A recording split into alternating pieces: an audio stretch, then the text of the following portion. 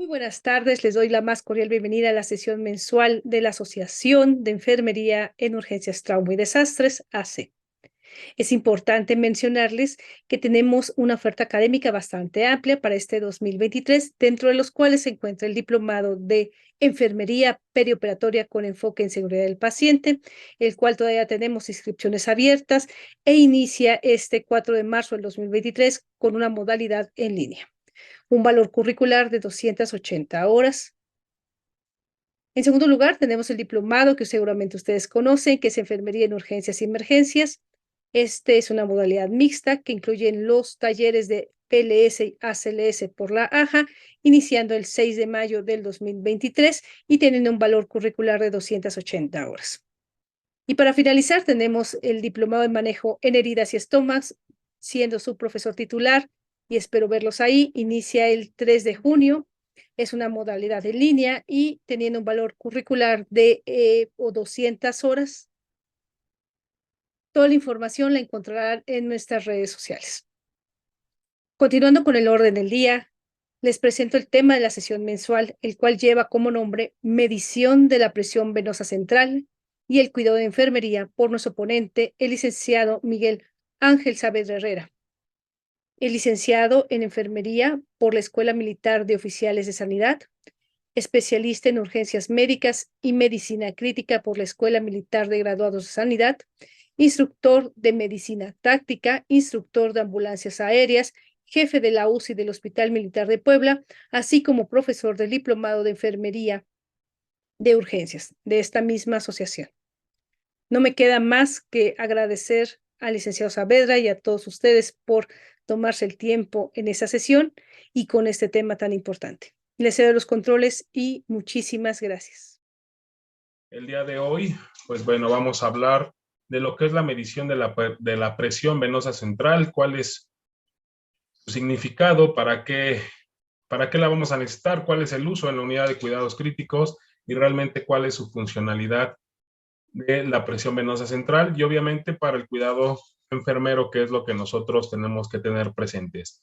Vamos a iniciar con las presentaciones. Les repito, mi nombre es licenciado Miguel Ángel Saavedra Herrera. Como primera diapositiva nos vamos a encontrar nosotros en la introducción. ¿Qué nos dice la introducción?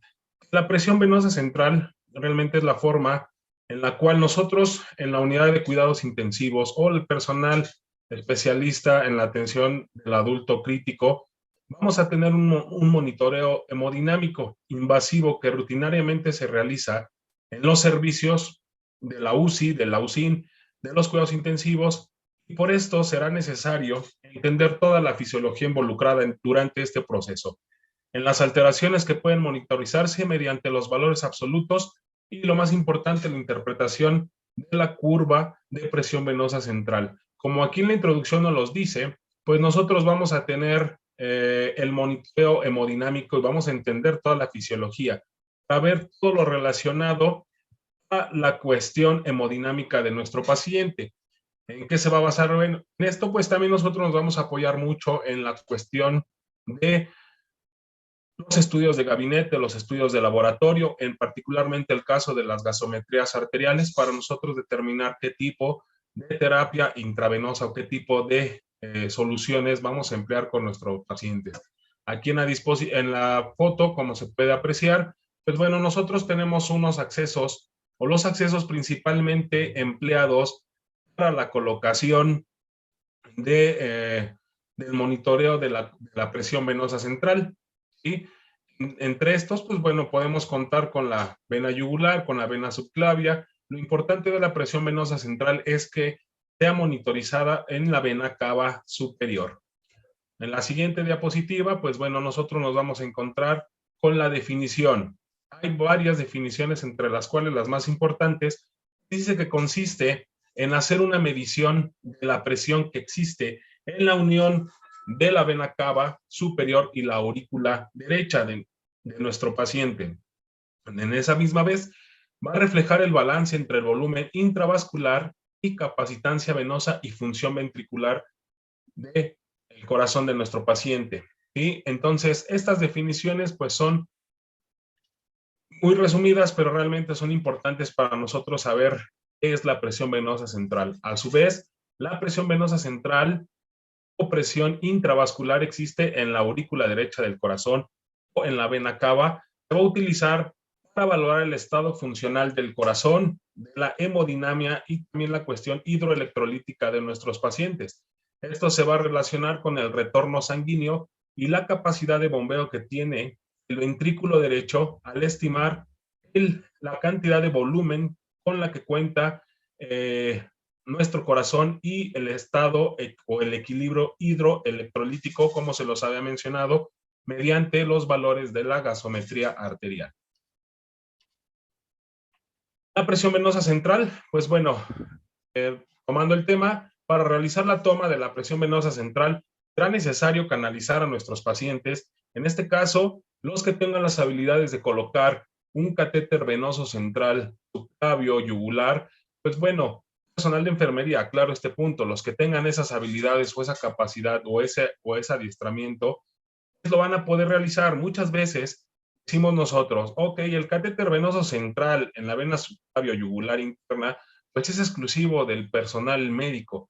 Desafortunadamente no es así. Nosotros en enfermería, pues bueno, tenemos esas cuestiones en las cuales decimos que el personal médico tiene que realizar esos procedimientos. Realmente no es así. Ya hay muchas personas que podemos colocar los catéter venoso central. Obviamente si tenemos ya muchísima habilidad, que realmente es muy raro, pues bueno, vamos a colocar un catéter de Swan-Ganz, ¿sí? Eso realmente debe de ser mediante un médico internista que ya tenga habilidad para colocarlo, y de esa manera también nosotros vamos a tener una buena presión venosa central. Entonces, para poder canalizar el catéter, las venas más comunes es la vena cava, bueno, debe de estar en la vena cava superior o aurícula derecha, para que podamos accesar a esas dos, a la vena como a la cavidad del corazón. Pues bueno, va a ser mediante catéteres centrales de acceso periférico, los llamados PIC o los catéter largo, que eso normalmente los coloca personal de enfermería. Más adelante voy a explicar cuáles son las ventajas y desventajas de la colocación de los catéter periféricos, de los catéter subclavios, en este caso los catéter venoso central, que normalmente utilizamos Arrow, de 1, 2, 3 lúmenes hasta 5 lúmenes podemos encontrar. Y en base a esto nosotros vamos a determinar qué ventajas y qué desventajas tiene cada uno de estos accesos. Por lo pronto ahorita, donde podemos colocarlos es catéter centrales de acceso periférico, donde está el pliegue del codo. Y nosotros vamos a utilizar del brazo derecho la parte de la vena cefálica en cuestión de enfermería para colocar el catéter largo. ¿De qué manera vamos a determinar si está colocado o no? Bueno, mediante un estudio de gabinete o una placa de tórax para determinar si realmente generamos un acceso. Independientemente, nosotros cuando ingresamos la vena cava y a la unión de la vena cava con la aurícula derecha, en ese momento se hace una extrasístole ventricular, auricular, perdón, y en ese momento nosotros ya determinamos en el monitoreo que tenemos, ya determinamos que el catéter realmente está central, pero para poderlo verificar, pues debemos de tener a la mano los estudios de gabinete, que en este caso es una placa de tórax antero-posterior para determinar únicamente la colocación correcta de nuestros catéter. Como le había mencionado, en la vena subclavia, bueno, tenemos unas ventajas, dentro de las cuales es de muy fácil acceso para la introducción, es muchísimo más cómoda para nuestros pacientes, ya que está abajo, como su nombre lo dice, de la clavícula. Entonces, pues él puede realizar el baño adecuado, puede realizar movimientos en caso dado que el paciente esté consciente. Si el paciente está inconsciente en una terapia intensiva, pues bueno, también va a ser mucho más sencillo para nosotros como personal de enfermería poder manipular a nuestro paciente para el cambio de pañal, para el aseo, para muchas cuestiones. Y la superficie plana puede facilitar el mantenimiento de los apósitos, teniendo un buen aseo, unas buenas curaciones. En ese catéter, pues puede ser de muy buen uso para nosotros como personal de enfermería. La vena tiene menos posibilidades de colapso si el paciente sufre shock o hipovolemia. Hay que tener muy presente que no porque digamos que es el acceso más fácil para la introducción, no tiene su riesgo. Hay muchas maneras para la colocación correcta del paciente, que es la técnica del Seldinger. Esta técnica nosotros realmente la podemos emplear, es muy sencilla, ¿sí? Siempre y cuando nosotros dominemos sus 7 pasos para que podamos introducir ese acceso en la vena subclavia. Y como todo proceso tiene sus pros y sus contras, pues bueno, una de sus contras que va a aumentar el riesgo de neumotórax, hemotórax, hidrotórax y lesión de estructuras del mediastino superior. En la gran mayoría de ocasiones, cuando colocamos accesos venosos centrales en la vena subclavia, pues tenemos desafortunadamente existe un riesgo muy elevado de generar neumotórax o hemotórax, ya que son procedimientos que se conocen como que son realizados a ciegas. Hay veces que lo utilizamos mediante ultrasonido, pues es mucho más fácil, mucho más rápido el acceso. Ya cuando tenemos esa habilidad de colocar los catéter subclavios, pues bueno, esos riesgos van disminuyendo, pero digo, a fin de cuentas, siempre va a existir ese riesgo de neumotórax o hemotórax. También va a interferir con las compresiones torácicas. Si el paciente cae en paro cardiorrespiratorio, pues bueno, nos va a interferir demasiado porque obviamente a nosotros estar haciendo las compresiones y el lumen distal del catéter venoso central, como va a estar en la vena cava y rozando prácticamente o ingresando a la aurícula derecha, pues bueno, nos va a generar ciertas alteraciones y nos va a generar muchos problemas cuando estamos dando compresiones torácicas. La colocación adecuada puede ser más fácil para el personal sanitario con menor experiencia. Realmente cuando no tienen experiencia en la colocación, es el acceso mucho más sencillo para las personas que apenas van iniciando en las terapias intensivas o son estudiantes para el buen manejo de este catéter. La introducción se va a llevar a cabo en la zona medial. La compresión ejercida por los músculos puede ocluir y posiblemente fracturar el catéter. Hay que tener mucho cuidado, independientemente de que nosotros, al momento de tener todo el equipo necesario, pues bueno, va a haber la posibilidad de checar siempre tenemos que revisar que el catéter esté en perfectas condiciones. Nosotros vamos a ser asistidores, nosotros vamos a asistir en la colocación del catéter. Nosotros tenemos la obligación como personal de enfermería de parar cada uno de los lúmenes con el que cuente nuestro catéter, porque de esta manera nosotros realmente vamos a determinar si el catéter está en buenas o malas condiciones. Si el catéter está en malas condiciones, nos los cambian de inmediato y ya no tenemos que generar una espera, ya no tenemos que generar el personal médico o el personal que lo está instalando tenga un retroceso en sus tiempos. Entonces, nosotros con personal de enfermería, al tener que estar permeabilizando cada uno de los lúmenes, nosotros nos damos cuenta realmente si está en buenas o en malas condiciones ese catéter. El acceso es supraclavicular, puede ser difícil el mantenimiento del apósito oclusivo en el hueco que queda por encima de la clavícula. Ahí ya nos va a generar, en ese huequito pues puede generarse humedad, puede generarse una lesión y obviamente va a ser muy incómodo para nuestros pacientes.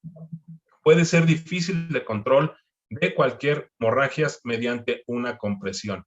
Estas son las limitantes, digo, es el acceso más común, es el acceso más fácil para el personal en las terapias intensivas de colocación, pero como tal también llevan su riesgo. En la vena yugular interna, sus ventajas es que tienen calibre grande de la vena, acceso muy sencillo para el personal sanitario, para los médicos o para personal de enfermería con experiencia en la colocación de este tipo de catéteres. Aquí nos menciona en el texto que puede tener menor experiencia. Sí, claro, puede tener menos experiencia porque se corre relativamente poco menor riesgo en la subclavia. ¿Sí?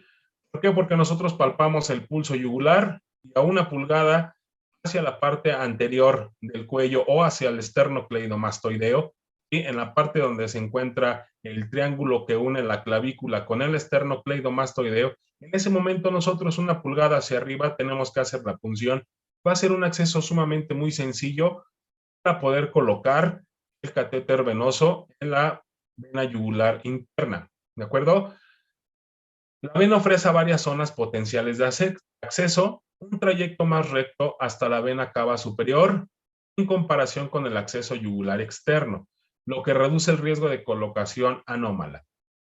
Mayor facilidad para el control de cualquier hemorragia y riesgo menor de neumotórax. A diferencia de la vena subclavia, no tenemos un un pulmón o una pleura cerca del acceso yugular.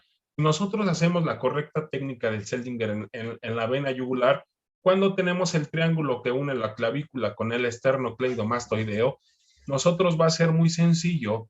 Con el bisel introducimos la anestesia. Al momento de introducir anestesia, la misma jeringa de anestesia nos va a poder marcar al momento que vamos anestesiando, vamos bloqueando esa región. Al introducir, vamos succionando, introducimos, succionando, Cuando nos dé muestra de sangre, nosotros ya nos dimos una idea de cuánto tenemos que ingresar nuestra vena, o mejor dicho, nuestra aguja, para introducir nuestra guía para la colocación del catéter. Entonces, realmente los riesgos en la vena yugular interna son mucho menos que en la vena subclavia. Otro riesgo de significativo, o ya vienen las contraindicaciones o los riesgos que podemos tener en la colocación de vena yugular, pues es la lesión de la arteria carotidia. Si no tenemos mucha habilidad, podemos lesionar esa arteria y puede ser de suma importancia, muy delicado para nuestros pacientes. Va a disminuir la comodidad y la movilidad del paciente al tenerlo en la parte del cuello. Pues obviamente va a ser mucho más incómodo.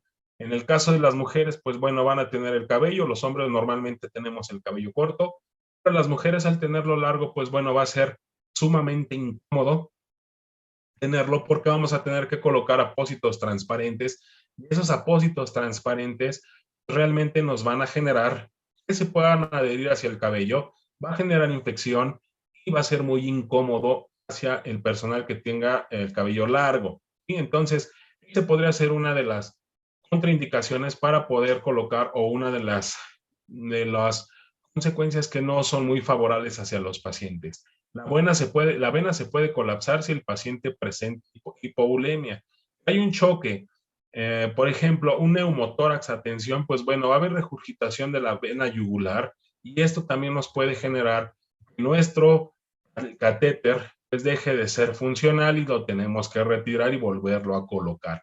¿De acuerdo? Dificultades para el acceso en una situación de urgencia cuando se requiere el soporte de la vía respiratoria.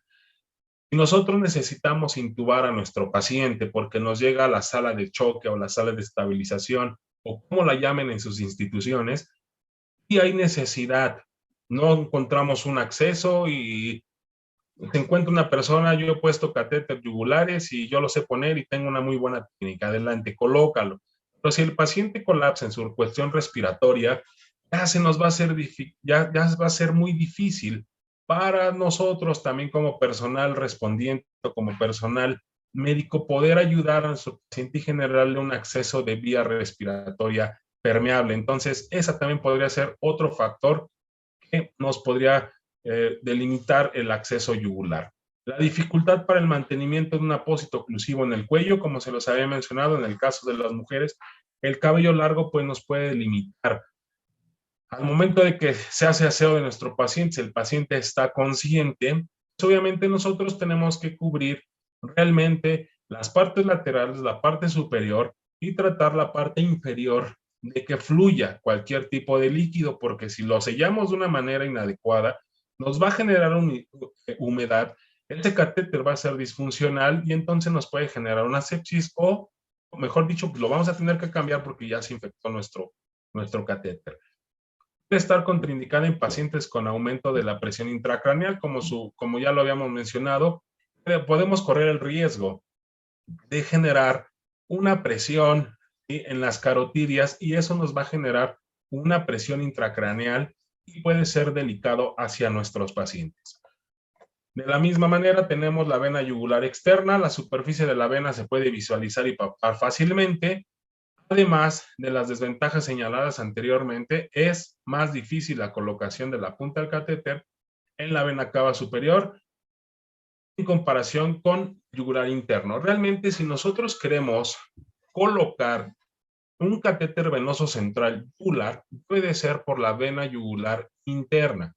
Realmente la externa es la que nosotros la palpamos, nosotros la vemos y decimos, ok, esa vena está bien buena para canalizar, pero realmente se nos va a generar mucho más trabajo y no va a ser funcional colocarlo mediante un catéter venoso central en la vena yugular externa. Entonces, si yo quiero un acceso, ¿por qué lo puse? Porque muchas veces piensan La vena yugular externa es la que debemos de emplear porque es la más fácil y es la que se ve. No es así, desafortunadamente, como se los menciono. Para poder abordar la vena yugular interna, tenemos que buscar el triángulo que se hace mediante la clavícula y el esternocleidomastoideo. Ya que nosotros palpamos ese triángulo que genera el músculo y la clavícula a 1 pulgada hacia arriba, hasta la cuestión cefálica, ahí tenemos que realizar la punción a 90 grados para llegar a la vena yugular externa. ¿De acuerdo? De la misma manera, pues bueno, tenemos la vena femoral, ya que encontramos con un catéter, no encontramos, tiene un traumatismo de tórax severo, y yo necesito colocarle un catéter venoso central. Entonces, pues nos vamos a la vena femoral. Es una vena de calibre grande a la que se puede acceder con muchísima rapidez. En el contexto de una urgencia, tenemos que hacer mucha limpieza y realmente es más sencillo todavía colocar la vía femoral, tanto la vía de la clavícula como la yugular. No interfiere con la reanimación cardiopulmonar ni con la intubación. No hay riesgo, no existe riesgo de neumotórax. Una facilidad para la compresión y se produce una hemorragia. Riesgo elevado de infección, riesgo elevado de trombosis, otras complicaciones. Solamente se recomienda para un uso a corto plazo o en contexto de una urgencia. Si tenemos un traumatismo muy severo, pues bueno, ver la opción por la vía femoral, realmente nosotros considerar si tenemos unos brazos, realizar venodisecciones para colocar un catéter largo o un catéter para que nosotros podamos acceder en todo caso que la clavícula esté fracturada, que el cuello tenga que realizar una fijación o que tenga collarín o ese tipo de cuestiones que nos puedan limitar para la ecuación de accesos, entonces únicamente colocamos de manera temporal la vena femoral, ¿de acuerdo? Y la presión venosa central, bueno, enfermería canaliza catéter venosos, canaliza con catéter periférico de acceso central, dando mucha atención siempre en la cuestión hemodinámica de nuestros pacientes, ya que el catéter puede provocar arritmias, que siempre cuando están, o cuando el catéter entra o la guía entra en la vena cava y toca la aurícula, siempre en el monitor vamos a encontrar en cuanto ingresa y ya cuando se encuentra en la unión de la aurícula con la vena cava, en automático nos va a hacer una extrasístole. Y esa extrasístole nos va a decir que el catéter ya está dentro. Como la imagen se muestra, es un catéter de inserción periférica, es un catéter largo. Nosotros lo vamos a determinar porque es un catéter en el cual vamos a tener la presencia de mínimo de entre 40, 45 o hasta 50 centímetros de largo. Este catéter se debe de poner justo donde está el pliegue del codo, en la vena cefálica. ¿Por qué en la vena cefálica? No podemos ponerla en la basílica. Porque realmente la vena cefálica entra más directa hacia la vena subclavia. ¿Por qué situación? Porque la vena cefálica, exactamente donde se encuentra el deltoides, lo perfora, lo ingresa, se fusiona con la arteria, o mejor dicho, con la vena axilar. Esa vena axilar se fusiona con la vena subclavia y la vena subclavia, a su vez, se va a fusionar con la vena cava. Y de esa manera nosotros vamos a tener un acceso más directo que la vena basílica, ¿de acuerdo? Pero siempre debe de ser por arriba del pliegue para que también tenga un poco de comodidad mi paciente, porque si yo lo pongo por abajo del pliegue, obviamente al momento de que mi paciente o el paciente esté moviendo el brazo, pues va a fracturar, va a lesionar ese catéter y el catéter va a dejar de tener una función a muy corto plazo, ¿de acuerdo? Entonces, continuando con la presión venosa central, lo que tenemos, una vez canalizada, nuestro acceso se contará al sistema de monitorización. Habitualmente la presión venosa central no se monitoriza de forma continua, por lo que se utiliza una alargadera macho-macho para conectarlo desde la luz distal en la llave de 3 pasos. Independientemente del lugar donde nosotros estemos, bueno, ya podemos tener la presión venosa central en las terapias intensivas ya con dispositivos electrónicos que realmente nos facilitan muchísimo, muchísimo nuestro trabajo.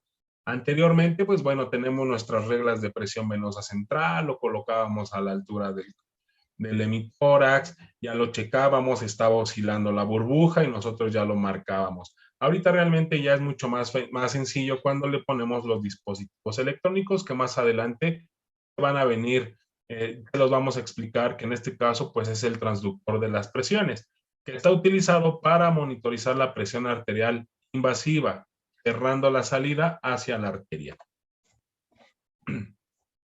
El valor normal de la presión venosa central, bueno, las bibliografías nos van a marcar muchos valores, que de 0 a 6, que de 8 a 12, mayor a 13, mayor a 15. Realmente un valor normal de una presión venosa central va a estar oscilando entre los 0,5 centímetros de agua en la aurícula derecha, de 6 a 12 centímetros de agua en la vena cava.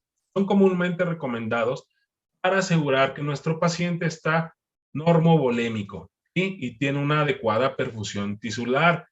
Pero, ojo, no porque tenga un valor entre 0 a 5 en la aurícula derecha o de 6 a 12, que es el que normalmente nosotros checamos con la regla o el famoso PVCímetro, en muchas instituciones se maneja, y no porque esté dentro de esos parámetros, nosotros vamos a decir, ok, mi paciente tiene 10 de PVC. Ah, pues está perfecto, no tengo que preocuparme. Hay que preocupar porque también nosotros podemos relacionar si nuestro paciente puede tener alguna falla hemodinámica mediante una gasometría arterial.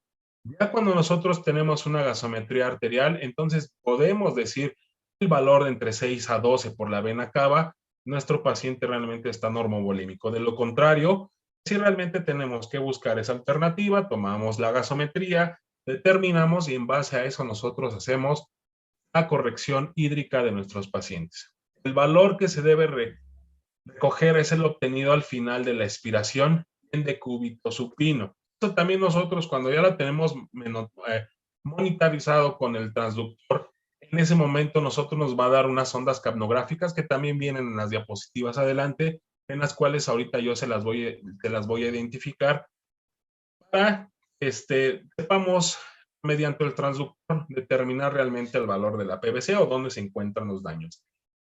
Y los que están en la UCIN o en las terapias neonatales o pediátricas, pues bueno, los valores normales debe de tener un pequeño, oscila entre los 3 a 12 centímetros de agua. Obviamente todo va a depender de paciente a paciente, de acuerdo al tamaño, de acuerdo a su talla, la posición y el estado de hidratación con el que cuente nuestro paciente pediátrico.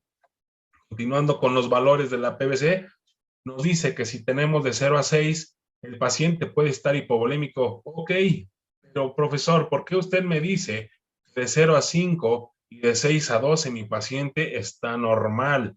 Y lo que yo les acabo de mencionar, aquí nos dice las cifras normales de presión de venosa central permite el uso de expansores de plasma o de sangre sin ningún peligro. Nuestro paciente puede estar entre 0 a 6 y decimos, ok, pero el paciente está bien, pues está hemodinámica, eso me lo dijeron en mi clase. Sí, pero vamos a ver la gasometría. Y si en la gasometría nos dice que el potencial de hidrógeno, el pH, se encuentra bajo, tiene una acidosis, tiene una alcalosis, vamos a determinar esa alcalosis o esa acidosis, ¿de dónde viene? Ah, pues es metabólica. Entonces, si es metabólica, pues bueno, tenemos que corregirlo mediante expansores de plasma, sangre o inclusive con medicamentos como la dopamina, dopamina, norepinefrina, dobutamina. Eso los vamos a tener que emplear para que nosotros restablezcamos la cuestión de hipovolemia de nuestro paciente. Con valores por encima de 20 centímetros de agua, sugiere que ya no, mi paciente ya no tiene un problema en cuestión de hipovolemia. ¿Sí? Ok, y ahora entonces, ¿por qué tiene mayor de 20? Pues bueno, nuestro paciente puede tener una insuficiencia cardíaca, puede tener un taponamiento cardíaco, puede tener un problema a nivel cardíaco que nos está generando una presión máxima y eso nos está elevando nuestra presión venosa central, por lo cual no se debe de administrar mayor cantidad de volumen, no se deben de administrar expansores de plasma o ningún hemoderivado, ¿de acuerdo? Para tratar esta insuficiencia mejorando la contractibilidad, debemos de manejar la cuestión de ventilación. Si nuestro paciente no está con apoyo ventilatorio avanzado o mecánico, y pues entonces colocamos puntas nasales. Bueno, realmente las puntas nasales no son muy recomendables.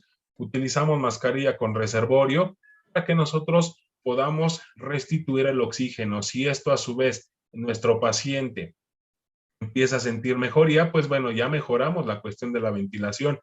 Y si no es así, lo que yo le había mencionado, vamos a tener que usar el uso de vasopresores para que nosotros mejoremos toda la cuestión de la acidosis. Y esto lo vamos a mejorar, como se los he dicho desde el inicio, por los valores normales de una gasometría arterial.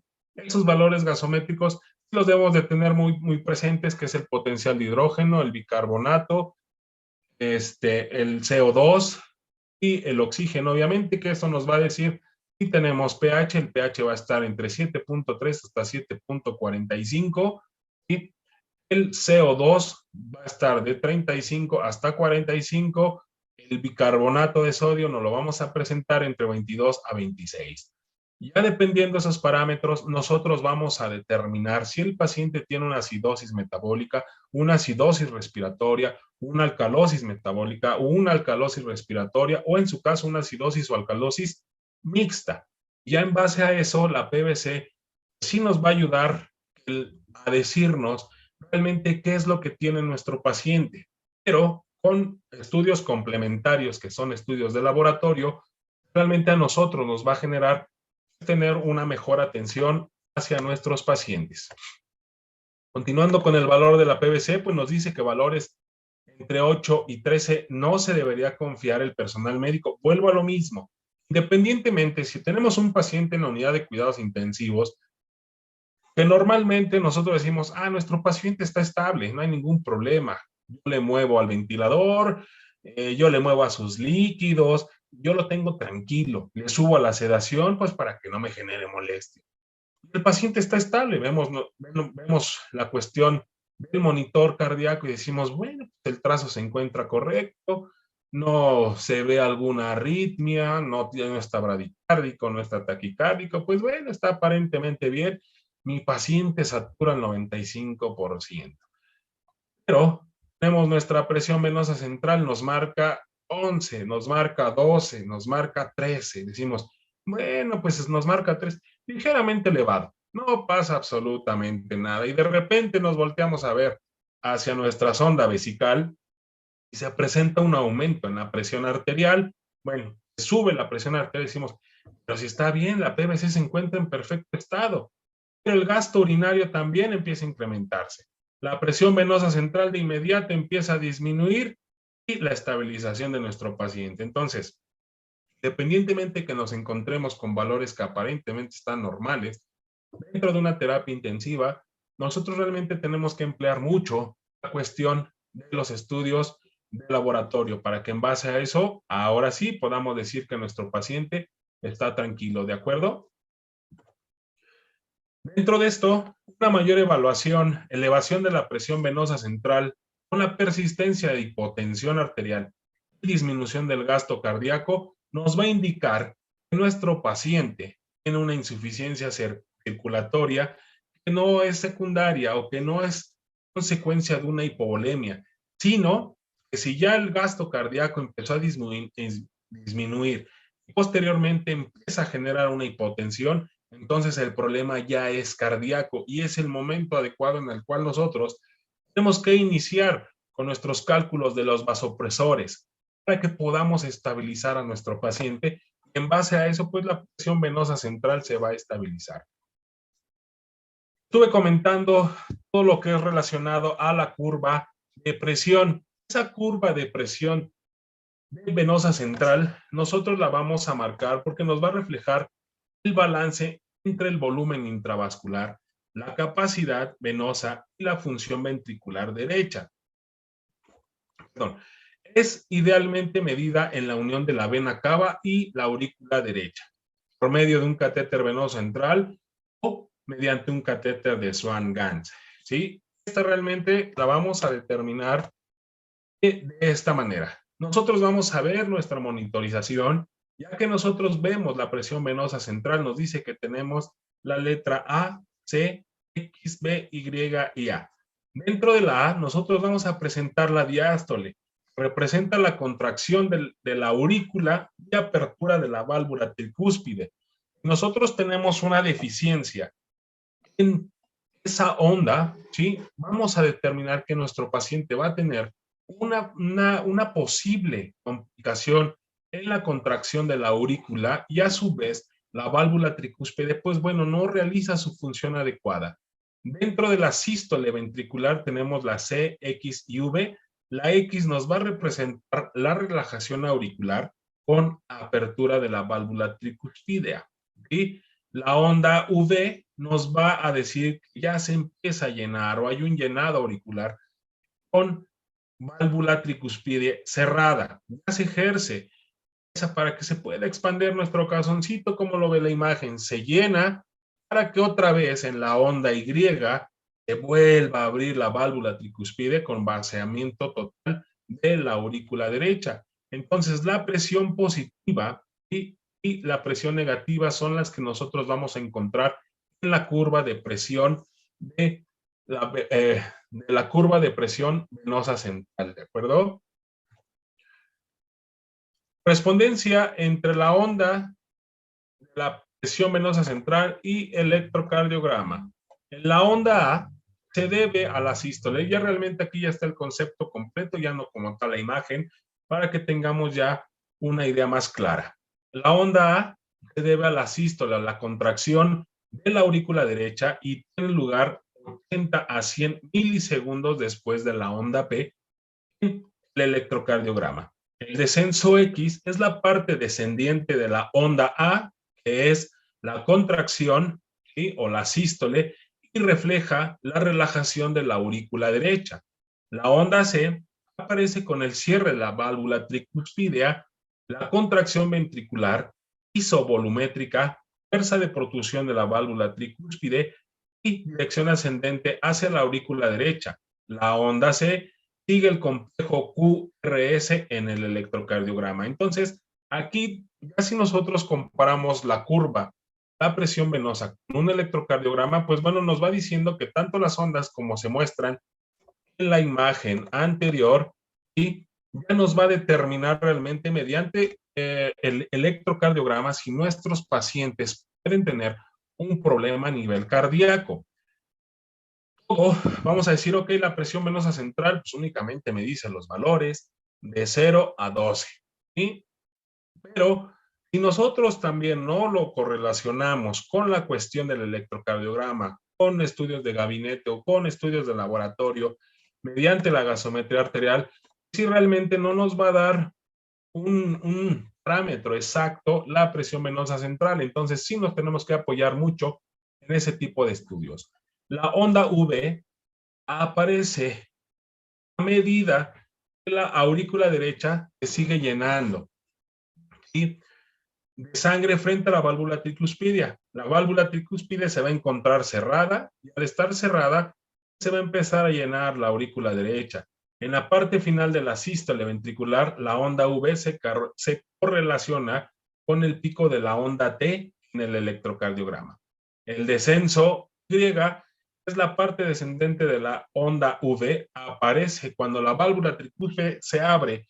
En automático, la aurícula derecha genera que se vacíe. Sale toda la sangre, se vacía rápidamente hacia el ventrículo e inicia otra vez la sístole del ventrículo derecho.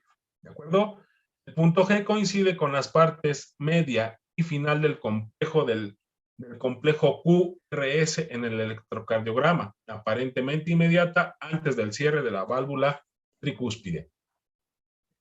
Aquí tenemos ya la imagen de cómo se relaciona mediante el complejo QRS de un electrocardiograma. Al momento de que hay un llenado, y este llenado lo que nos va a decir es que se empieza a llenar, entra por la vena cava, entra por la aurícula derecha, se encuentra la diástole, que hay una contractilidad, la onda sube, que es QRS.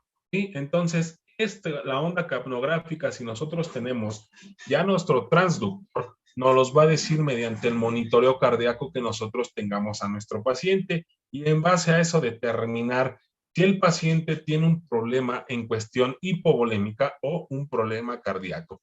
Si hay una alteración en nuestra PVC aquí, en automático va a generarse una alteración en el electrocardiograma y en base a eso nosotros vamos a determinar cómo vamos a tener el manejo de líquidos de nuestro paciente.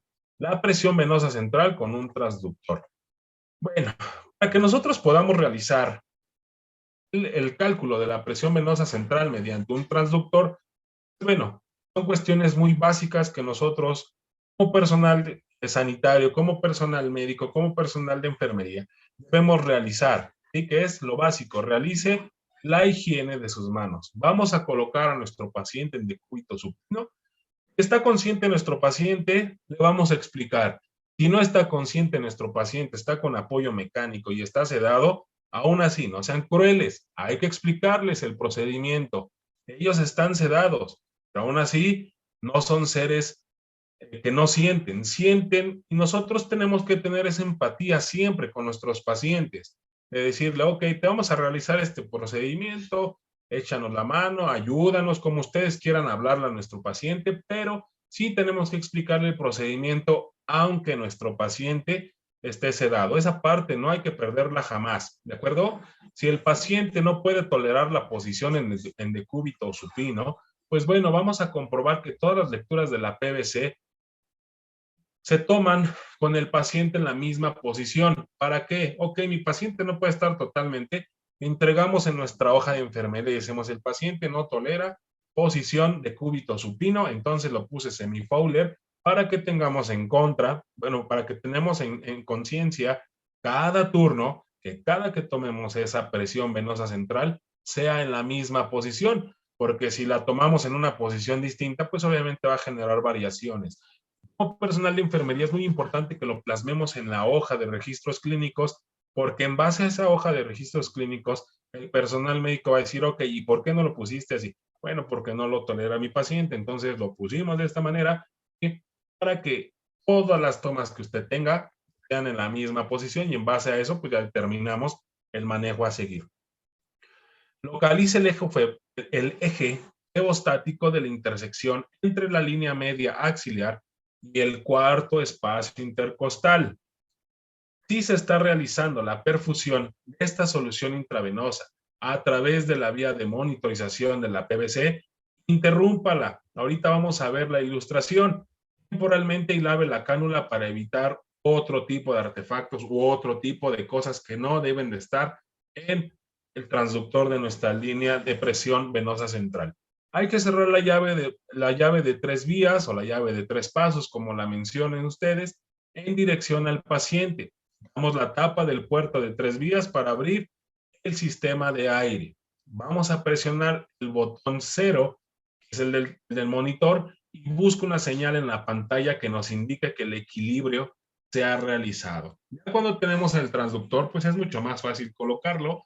En la gran mayoría de las terapias intensivas ya realmente se utiliza el transductor. El PVCímetro lo vamos a utilizar pues en la medicina interna, lo vamos a utilizar en el área de choque, en el área de urgencias. Realmente no vamos a contar con esa tecnología para poder realizar el proceso de la medición de la presión venosa central.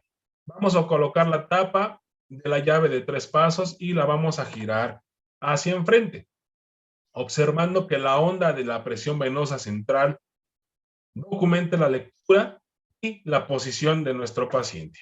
¿De acuerdo? Vamos a reanudar la perfusión intravenosa si estuviese indicado. Si no está indicado, pues únicamente tomamos la PVC, cerramos, limpiamos la vía. Eso nunca hay que olvidarlo. Limpiamos la vía, la cubrimos correctamente y dejamos a nuestro paciente descansar. Como se los mostraba en la imagen, pues bueno, lo vamos a colocar entre el primero, segundo y el cuarto espacio intercostal, prácticamente línea media axilar. Vamos a colocar el transductor para que pueda hacer nuestra medición, ¿de acuerdo? Y lo más importante, los cuidados de enfermería. Ay, ya lo sabemos todos. Esto nosotros es mucho más fácil, ya nosotros todo lo hacemos correctamente, sí, yo no dudo de eso, pero hay veces que los hábitos o la monotonía de nuestras áreas de trabajo se nos hace olvidar ciertos puntos muy importantes en el cuidado de los accesos para la medición de la presión venosa central, y entre los cuales se encuentra pues mantener el sistema cerrado, libre de aire. Por eso cada que nosotros tomemos la PVC hay que realizar el proceso de limpia y que no haya nada de aire para que nosotros no tengamos una mala medición de la presión venosa central. A su vez, vamos a comprobar la permeabilidad de las luces o de los lúmenes para poner los tapones en los lúmenes y llaves no a utilizar. Todo eso lo tenemos que desechar, únicamente tener lo que vamos a emplear. Lavamos todas las superficies tras las extracciones y administración de fármacos. Controlar el correcto calibrado, evitar que el transductor se moje o se deteriore. Al fin de cuentas, el transductor es un aparato que no es permeable. Entonces debemos de tener mucho, mucho, mucho cuidado para que no lo vayamos a mojar, más cuando se realiza el baño de nuestro paciente. Hay que cubrirlo con un apósito transparente o Tegaderm y una gasita y ya podemos realizar el baño. Terminamos el aseo, terminamos la limpieza, retiramos la gasita, retiramos el apósito transparente para que no genere daños en el transductor. Vigilar signos de infección. Esto siempre. Hay muchos hospitales que tienen línea de accesos vasculares. Entonces, ellos pueden generar que también no haya un sitio de infección o no haya un problema en la cuestión de infección hacia los pacientes, ¿de acuerdo? Y si no, pues bueno, vamos a seguir el protocolo de limpieza para ese catéter. Hay que tener la mínima manipulación de este tipo de artefactos, porque si no, nos van a marcar muchos errores, y esos errores, pues obviamente, nos van a generar a que ya no sirve, ya no sirve, ya no sirve. Nosotros lo ponemos en hoja de registros clínicos, no me marca PVC, no me marca PVC. Pues bueno, porque la empezamos a manipular, porque la mojamos. Si realmente pasa por mucha manipulación y generan ustedes o determinan o sospechan de que alguien hizo mal uso del transductor, lo mojó, lo dañó o algo, inmediato informar al personal médico para que se pueda realizar el cambio de ese transductor. ¿De acuerdo? Valorar las posibles alteraciones, de la curva de la presión venosa central. Eso es lo que nosotros debemos de realizar. Y como todo, debemos de tener muchas precauciones para el cuidado, para la medición, para el seguimiento de nuestros catéteres, para la medición de la presión venosa central, uno de los cuales el paciente no debe estar con tratamiento de anticoagulantes o presente con problemas de coagulación, porque obviamente eso nos va a generar una alteración en cuestión de la medición de la presión venosa central.